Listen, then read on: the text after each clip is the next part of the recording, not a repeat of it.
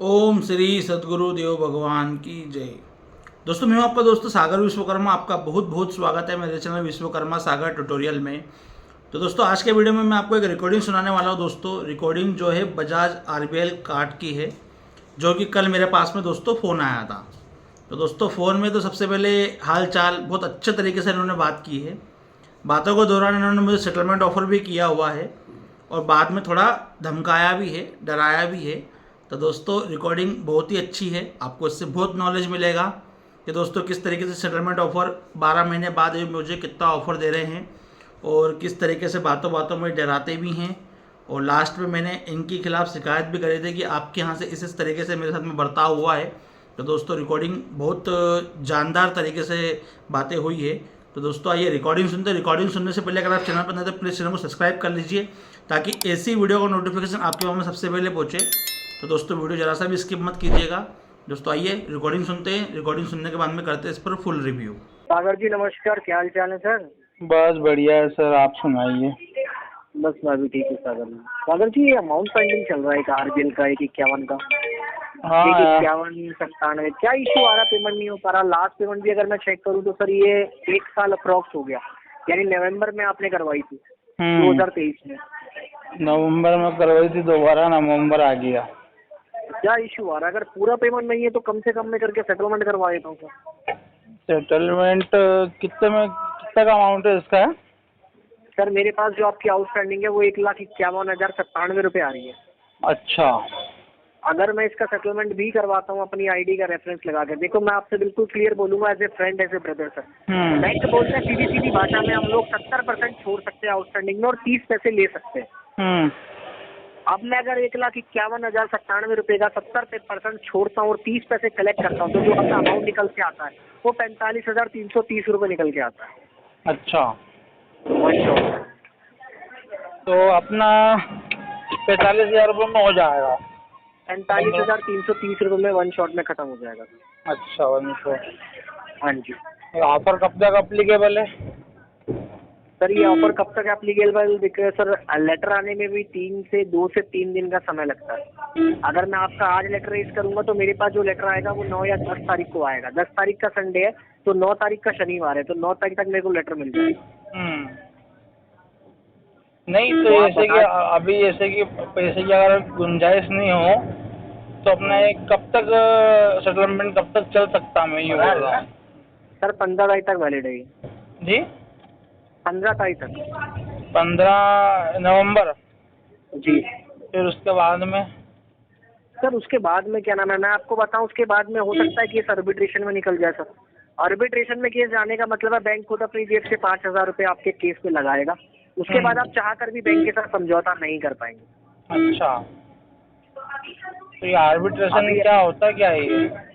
Sir arbitration का मतलब ये होता है कि बैंक इसको आर्बिट्रेशन में डाल देता है, यानी इसके बाद बैंक इसको इन हाउस कर लेता है और आपके साथ समझौते की उम्मीद खत्म हो जाती है। यानी बैंक अच्छा। बोलता है उसके बाद हम लोग सेटलमेंट नहीं करेंगे, हम लोग कस्टमर से पूरा का पूरा पैसा ही लेंगे। अच्छा, क्योंकि वो ऑलरेडी आपको 1 साल से ऑफर कर रहे हैं हर चीज के लिए, बट आपकी तरफ से कोई पॉजिटिव रिस्पॉन्स नहीं मिल पा रहा। सर पॉजिटिव रिस्पॉन्स तो तभी मिल पाएगा ना जब पैसा जेब में होगा। सर देखो, जायज सी बात है, आप भी बिल्कुल ठीक बोल रहे हो, पैसे की समस्या पैसे से हल होगी सर, बातों से तो होगी वही वाली बात है। है ना। और अब पैसे का इसमें इंतजाम सर, देखो अगर मेरे को अगर 1.5 लाख रुपए के अगेंस्ट कोई मुझसे 50,000 रुपये मांगता है या 40,000 रुपये मांगता है तो सर मेरे लिए ही बेनिफिट है उसका। भाई साहब, मैं बेनिफिट तो बोल ही रहा हूँ ना, मैंने कहा बोला बेनिफिट नहीं है, बट लेकिन अभी वो चीज़ भी तो होना चाहिए, मेन चीज़ तो वो आ रही है। सर अब इसका तो अरेंजमेंट आपको खुद ही करना पड़ेगा ना सर।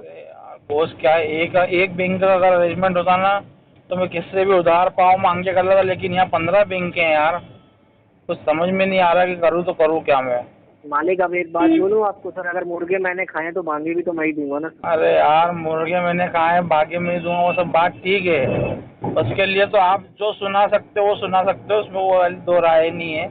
लेकिन अभी जो कंडीशन है ना, ये मान के चलो, दिवाली बहुत यानी कि खराब तौर से गुजरी है हमारी। आप फोन लगाते हो अच्छा लगता है, लेकिन सर आपकी क्या सभी की निकली है, मार्केट बहुत डाउन थी इस बार। अरे मार्केट डाउन नहीं आया, हमारा क्या है, हम खुद अभी डाउन हो गए एक तरीके से। क्या अच्छा ऑफर दे रहे हो आप, लेकिन क्या बस पैसा तो आ जाए, पैसा आ जाए तो ये मैं वही आपसे पूछना चाह रहा हूँ। सागर भाई, अगर आप चाहो कि आप 15 बैंकों का एक साथ निकाल दो या 15 में से 3 बैंकों का एक साथ निकाल दो तो वो आपके लिए भी पॉसिबल नहीं होगा। मैं आपको यही सजेस्ट करूंगा सर, एक एक करके जिसका भी बढ़िया बढ़िया ऑफर मिलता है आपको, एक एक करके हाथ पैर मार के करके अपना खत्म कर। नहीं, लेकिन आपको भी बदल, मैं आपको एक छोटी सी बात ये बता रहा हूँ, जैसे आपने 45 लाख रुपए बोला, ठीक है, अब 45 लाख रुपए किसी से मांगने जाऊंगा मैं, फिर उसको भी तो देना पड़ेगा। चलो आपका तो काम हो गया, अब फिर दूसरी बैंक के फिर किसी से मांगने जाऊंगा तो ऐसे कितने लोगों से मांगूंगा मैं, बात ही आ रही ना। और अभी पता है, अभी जो NBFC वाली जो है ना, जहाँ से लोन लिया था मैंने, उनने पूरा कॉन्टेक्ट लिस्ट फोन लगा दिया, मेरे जितने भी कॉन्टेक्ट लिस्ट में नंबर थे, जो मेन VVIP लोग थे, जो जिनसे मैं अगर 10,000 भी मांगू तो वो मेरे को 1 लाख रुपए देने की क्षमता रखते थे, तो उनको फोन लगा के मेरे बारे में उल्टा सीधा बोला, इवन गाली तक बकी। तो मेरे जो टर्म्स थे ना मार्केट में, वो पूरे टर्म्स खराब कर दिए उन लोगों ने। तो यानी कि अब कहीं से पैसे आने की वो गुंजाइश ही नहीं रह गई, और ऊपर से वो लोग भी मेरे को बोले तेरे नाम से हमारे पास फोन आते हैं, गाली गुप्ता बकते हमको, तो पूरा टर्म्स खराब करके रख दिया यार। अब बताओ मैं क्या करूं, न मैं घर का रहा न मैं घाट का रहा। क्या नाम लिखते हो आप? मनीष है सर मेरा नाम। मनीष, तो मनीष जी यार ये मान के चलो, मेरी तो एकदम पूरी दिलो इच्छा है कि इस जंजाल से निकल जाऊं मैं, पर पता नहीं, देखो अब भगवान कब तक निकलाता है, क्या है क्या नहीं है। तो इसमें क्या करना है सर? कुछ ना कुछ तो करना ही पड़ेगा। मेरे को थोड़ा आर्बिट्रेशन के बारे में थोड़ा बताओ कि इसमें लास्ट टू लास्ट एंड में होता क्या है, यानी कैसा क्या रहता है? सर आप मेरे को एक बात बताओ, जिस गांव जाना नहीं उसे गली पूछे क्या फायदा? क्या? जिस गांव जाना नहीं उसे उसकी गली का रास्ता पूछ के क्या अरे फायदा? गांव क्यों नहीं जाना है, एक मान के चलो अभी उसी रास्ते पे तो चल रहा हूँ मैं। अभी आप ही ने मेरे को बताया ना आर्बिट्रेशन हो जाएगा, ये हो जाएगा, तो इसीलिए तो मैं आपसे पूछ रहा हूँ कि लास्ट में होगा क्या, कैसा ये वाली बात है। सर लास्ट में कुछ नहीं होता, लोक अदालत में केस चला जाता है। ये लोक अदालत तो पहले भी नोटिस आए मेरे पास में। गए नहीं होंगे लेकिन आप? अब जाएंगे कहाँ से, वहाँ किस मुंह से जाएंगे ये बताओ? पैसा होगा तो जाएंगे अपन। अब लोक अदालत में जा करके अपन करेंगे कि जब जेब में पैसा ही नहीं हो, जेब में पैसे ही नहीं तो मार्केट जाके क्या करेंगे अपन? तो अब ये कैसा समाधान कैसे निकलेगा सर? आपकी बातों से मुझे लग तो रहा कुछ काम दाम वगैरह कुछ नहीं कर रहे हो। अरे काम तो मैं इतना कर रहा हूँ कि आप पूछो मत, आप भी इतना काम नहीं कर पा रहे होगे। पर लेकिन वो काम करने से क्या है, सिर्फ जीवन ही चल रहा है। अच्छा। हाँ, कर्जा नहीं चुक रहा ना। तो ये 15 बैंकों का जो NBFC से लोन लिया, ये सब लिया, ये सारा पैसा क्या किया उनका? अरे ये पैसा सब ब्याज के रूप में गया, इससे निकाल के उसमें भरा, उससे निकाल के उसमें भरा। कोई अपन ने कोई पूरा खाया हुआ नहीं। तुम बोलो ना मुर्गी खा ली बांग देना पड़ेगा, तो ना मुर्गी खाई फिर भी बांग देना पड़ रही मालूम है। सोचो मेरे को कैसा लग रहा होगा। मैंने खाया पिया कुछ नहीं, गिलास थोड़ा बाराना वाला पे काम हो गया, तो मैंने कुछ भी नहीं करा जीवन में। बस एक छोटी सी एक फ्रॉड हो गया था, सामने वाले ने मेरे को फ्रॉड कर दिया था मेरे साथ में, उसी का भुगतान मैं आपसे बात कर दिया हूँ, देख लो आप। तो अब क्या बताएं हम आपको, बिना मुर्गी खाए भाग देना पड़ रही, तो कितना बुरा लग रहा मुझे, आप समझ सकते हो क्या मनीष जी? तो क्या करना पड़ेगा फिर अब? मनीष जी अब देखो, हम तो अभी वेट ही कर रहे हैं कि कोर्ट की तरफ से जब कब हमारे हक में फैसला आ जाए और हमको पैसा मिल जाए और हम सबका सेटलमेंट कर दे। पैसा तो 5 लाख रुपए आने वाला है दादा, ये मान के चलो 5 लाख रुपए आने वाला है। 26 लाख का अनसिक्योर्ड का अपना डिफॉल्ट है। तो अगर अपन इसका 15 आपका 20-25-30% में मान लो 5 लाख में आराम से हो जाएगा मेरा काम। पर लेकिन आए तो सही, आप बोलो 15 बैंक का मैं 1 टाइम में सेटलमेंट कर दूंगा, एक बार में सभी को घर बुला के दे दूंगा, लो आपका पैसा, लो आपका पैसा, लो आपका पैसा। 73 क्या? एक मिनट, हाँ एक मिनट होल्ड करना।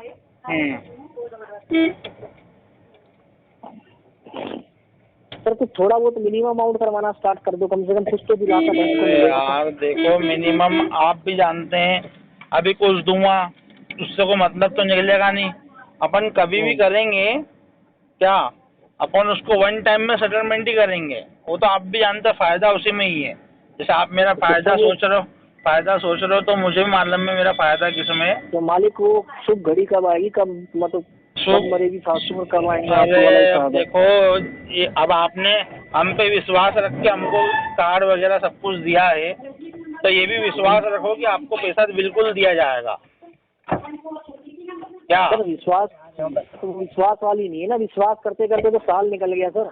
देखो मेरी बात सुनो, अभी आपका कार्ड जो है हम यूज करते देते तब भी तो आप दे रहे थे ना। तो ये सोचो कि अभी हमने दे के रखा हुआ है, एक न एक दिन पैसा जरूर आएगा। सर वो उस काश में ना बैंक जी नहीं सकता सर। कैसे? ये किसी के घर नहीं अब कि आपके पास पैसा आएगा, मैं बैंक को वो दिलासा दूंगा कि जब पैसा आएगा तब सारी चीजें होंगी और तब वो होगा और वो होगा, ऐसे तो नहीं, ऐसे तो मैं बैंक को नहीं बोल सकता सर। अरे यार अब देखो क्या है कि अब देखो बैंक कार्ड दे रही है तो बैंक भी प्लस माइनस देख करके दे रही होगी ना, ये बताओ। नहीं तो प्लस माइनस वाली कौन सी बात है सर? अभी जैसे आप हो, अभी मैं आपको पैसा नहीं दूँ लेकिन फिर भी आपको सैलरी तो मिलेगी ना। नहीं मिलेगी तो आप काम छोड़ के चले जाओगे। तो बैंक का तो काम चल ही रहा है ना, कि नहीं चल रहा है? सर बैंक का काम चल रहा है, उससे आपको क्या मतलब है? नहीं बैंक तो का काम चल रहा है, नहीं चल रहा है। हम भी तो ग्राहक ही है ना आपके। ऐसा तो नहीं कि पैसा नहीं दे रहे तो ग्राहक नहीं है हम आपके, ग्राहक तो है ना। तो आप दीजिए ना फिर पैसा उस चीज का। नहीं तो मैं वही तो बोल रहा हूँ, ऐसा तो नहीं कि अगर ग्राहक के ऊपर विपत्ति आ जाएगी तो आप उसको छोड़ के भाग जाओगे या उससे बुरा बर्ताव करोगे, ऐसा तो कुछ नहीं है ना। हमने तो बोला ही नहीं है सारी चीज की हम छोड़ भाग जाएंगे हम। अरे ऐसा हमारे साथ में हुआ है, आपके आरबीआई की तरफ से भी कई बार हमको गाली सुनने को मिली है। इवन हमारे घर पर आकर के गुंडागर्दी तक करी गई है। तो सर अब हर चीज एक जैसी नहीं होती ना सर। नहीं तो मैं वही तो बोल रहा हूँ, अभी आप आरबीएल बैंक के बिहाफ से बात कर रहे हैं तो घर पर आकर के गुंडागर्दी, हाथ लगा के टच करके बात करना है ना, तो ये सब सारी चीजें हो चुकी है मेरे साथ में, फिर भी हम आपसे इतनी प्यार से बात कर रहे हैं। सर मैंने भी कोई बदतमीजी नहीं तो करी। इसीलिए तो मैं बोल रहा हूँ कि देखो हर इंसान एक जैसा नहीं होता है। आपने प्यार से बात करी तो हम भी आपको प्यार से जवाब दे रहे हैं। हमने आपको कोई बुरा बोला है कि अभी इस पूरी रिकॉर्डिंग के दौरान? नहीं तो आपने अगर गलत नहीं बोला तो हमने भी आपके साथ कोई मैं वही चीज तो बोल रहा नहीं, लेकिन मेरे साथ में ऑलरेडी हो चुकी है, फिर भी मैं आपसे इतने अच्छे से बात कर रहा हूँ। लेकिन क्या है कि देखो पैसे की बात पैसे से ही समाधान हो पाएगा, बातों से कुछ नहीं हो पाएगा। तो क्या है कि बैंक को थोड़ा बोलिए कि थोड़ा सपोर्ट करें हमको, पैसा आएगा तो बिल्कुल हाथ जोड़ के देंगे, कोई दिक्कत वाली बात ही नहीं है उसमें। ठीक है मनीष जी। तो दोस्तों हमें रिकॉर्डिंग में किस प्रकार ये रिकवरी वाला मुझसे बात कर रहा था। भाई पहले तो भाई बंधु बोल के बात कर रहा था, फिर धीरे धीरे बोलता कि आप पेमेंट नहीं कर पा रहे हो तो आप सेटलमेंट कर लीजिए। मुझे करीबन 30% का यानी ऑफर दे रहा था। 70% मेरे से ये माफ़ कर रहा था और 30% मुझे भरने के लिए बोल रहा था। 1,51,000 रुपये के समथिंग कुछ अमाउंट तक, मात्र 45,000 रुपये में सेटलमेंट मेरा हो रहा था। तो दोस्तों सेटलमेंट ऑफर तो चलो ठीक है जो भी है। बहुत से लोग बोलते हैं ना कि अपना जो सेटलमेंट का जो होता है तो ये क्या है, जो इन्होंने ब्याज पेनल्टी जुर्माना लगाया हो उस अमाउंट पे करते हैं या जितना आपने यूज़ करके रखा हुआ उस पर करते हैं। तो दोस्तों क्या होता है कि ये जो आपने यूज़ करके रखा हुआ है ये उसी पर ही सेटलमेंट ऑफर देते हैं। ब्याज पेनल्टी जुर्माना सबसे पहले तो उसी को माफ़ करते हैं। सबसे अच्छी जानकारी तो यही है। उसके बाद में इन्होंने मुझे आर्बिट्रेशन के बारे में भी बताया है कि आर्बिट्रेशन का अवार्ड पास हो जाएगा। तो दोस्तों अधूरी जानकारी थी इनको, तो यही सब होता है। उसके बाद में जब मैंने इनसे पूछा कि सर लास्ट टू लास्ट होगा क्या, तो इनको मालूम तो कुछ ही नहीं बोले, जिस गली जाना है उस गली की बात क्यों करना। तो भैया उसी रास्ते पर अभी हम चल रहे हैं, तो आप हमको जानकारी तो दीजिए। जानकारी कहाँ से देंगे? जितना इनको, जैसे कोई तोता होता है ना, मिट्ठू पोपट जिसको बोलते हैं, जितना सिखाया जाता है उतना ही वो बोलता है। तो ये लोग भी जो आपके पास में फ़ोन आते हैं, जो भी रिकवरी कॉल्स आते हैं आपके पास में या सेटलमेंट कॉल्स आते हैं, जितना इनको सिखाया गया है वही वाली बातें करते हैं। अगर आपने इनसे आउट ऑफ द वे वाला क्वेश्चन इनसे कर लिया तो फिर ये थोड़ा डगमगा जाते हैं। तो इसलिए बोलता हूँ मैं कि आपकी जानकारी आप बढ़ाइए और इनसे क्वेश्चन, इनसे ऊपर अपर लेवल वाला क्वेश्चन करिए। तो देखिए किस तरीके से आपको जवाब ही नहीं देंगे और फिर फ़ोन कट करके चले जाते हैं। तो दोस्तों यही होता है, आपको ऐसे कॉल से न डरना है न चमकना नहीं है। दूसरा ये है एक पेमेंट देने के लिए दूसरी जगह से कर्जा ना करें। जो अब तक अपन ने गलती करके रखी हुई है वो गलती अब दोबारा नहीं दोहरानी है। जो भी हुआ सब अच्छा हुआ, ठीक है। ये तो बोलते हैं कि इतना सारा लोन्स को आप एक बार में कैसे कर पाओगे, एक एक करके करिए, तो उनको मालूम है कैसे लेकर के करो, फिर उनको कहाँ से ला करके देंगे। तो दोस्तों इनका तो सिर्फ मतलब ये है कि हमारी बैंक का पैसा मिल जाए, दूसरे से कोई मतलब नहीं है, आपसे भी कोई मतलब नहीं है। तो दोस्तों यही होता है। तो दोस्तों आपको वीडियो कैसा लगा, वीडियो पसंद है प्लीज़ चैनल को लाइक कमेंट शेयर कीजिए।